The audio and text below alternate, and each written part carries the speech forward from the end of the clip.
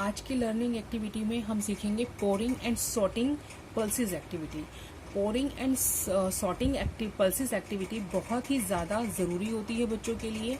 ये बच्चों को सिखाती है उनकी मोटर स्किल्स को कैसे डेवलप किया जाए, बच्चों को पल्सेस के कलर्स को डिफ्रेंशिएट करना सिखाती है, उनके शेप्स को डिफ्रेंशिएट करना सिखाती है, उनकी आई हैंड कोऑर्डिनेशन को डिफ्रेंशिएट करती है के लिए इम्प्रूव करने में हेल्प करती है, आई हैंड कोऑर्डिनेशन इम्प्रूव करती है। साथ ही साथ बच्चों के पिंसर ग्रिप्स, मतलब कि जो बच्चों के फिंगर टिप्स की जो मसल्स होती हैं उनको बहुत इम्प्रूव करती है। बच्चों को पल्सेस डिफ्रेंशिएट करना सिखाती है और ये एक ऐसा टूल है जो बच्चे की कंसंट्रेशन को बहुत ही ज़्यादा इंक्रीज करता है।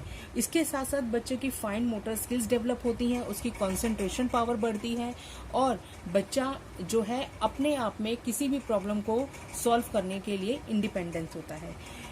इससे बच्चे का इस एक्टिविटी के द्वारा बच्चों को बहुत एंजॉयमेंट मिलता है और बच्चा बहुत सेटिस्फाइड होता है, जो उस एज के बच्चों के लिए, जो 2 से 3 साल के बच्चों के लिए बहुत ही ज़रूरी है। तो चलिए शुरू करते हैं। जो हमारी पोरिंग एंड सॉर्टिंग एक्टिविटी है वो किस तरीके से हमने करनी है। मैंने यहाँ पर 2 तरीके के बीन्स लिए हैं। चिकपी है वाइट छोले जिसको हम बोलते हैं, और दूसरा है राजमा जिसको हम किडनी बीन्स बोलते हैं। मैंने 2 तरीके की लिए हैं। इसको हमने क्या करना है, हमने बच्चे को ये बोलना है कि आपने स्पून की हेल्प से आपने इसके एक ब्लैंक बाउल में आपने ये डालना है। 2 3 4 5 6 7 8 9। अब आप ये देखिए कि जैसे मैंने स्पून को पकड़ा है, बच्चा इसी तरीके से मोस्ट प्रोबेबली बच्चा इसी तरीके से अपनी पेंसिल्स को पकड़ता है। अपनी जब वो पेंसिल पकड़ता है इसी तरीके की ग्रिप उसको चाहिए होती है। तो ये ग्रिप बनाने के लिए हमें इस ऐसे स्पून को पकड़ना और इस तरीके से उसको बताना कि ये स्पून इस तरीके से पकड़ने के बाद ये पोरिंग करनी है। चाहे आप इसके अंदर इसको इसमें डालिए।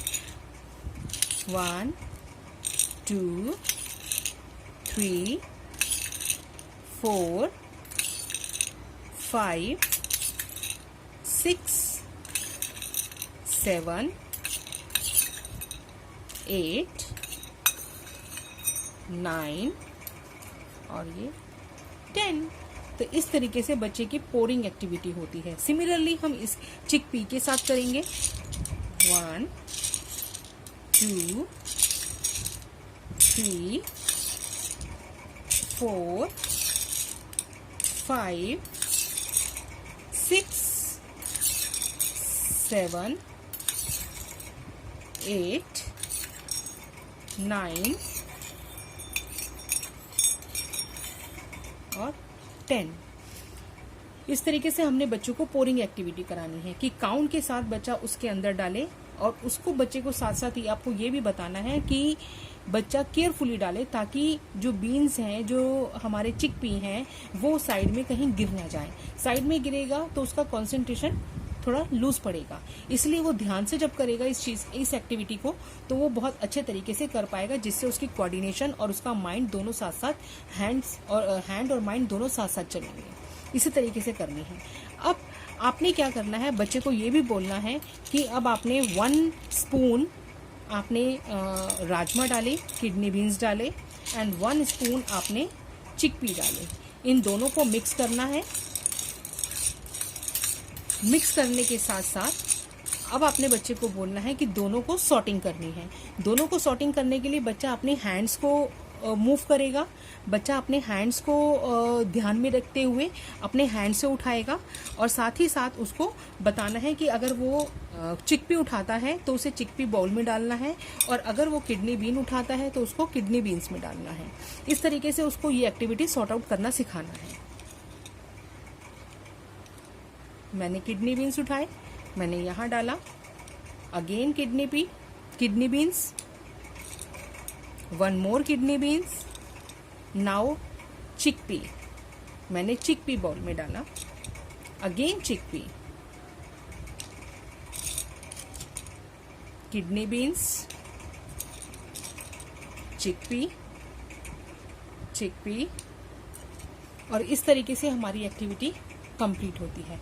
बच्चे को आप डेली अगर इसमें कम से कम 5 या 10 मिनट्स आप उसको करने के लिए देंगे तो ये बहुत ही ज़्यादा इम्प्रूव करेगी आपके बच्चे की कंसंट्रेशन के लिए, आपके बच्चे के आई हैंड्स कोऑर्डिनेशन में, और साथ ही उसका माइंड डेवलप होगा। This is also a mind exercise.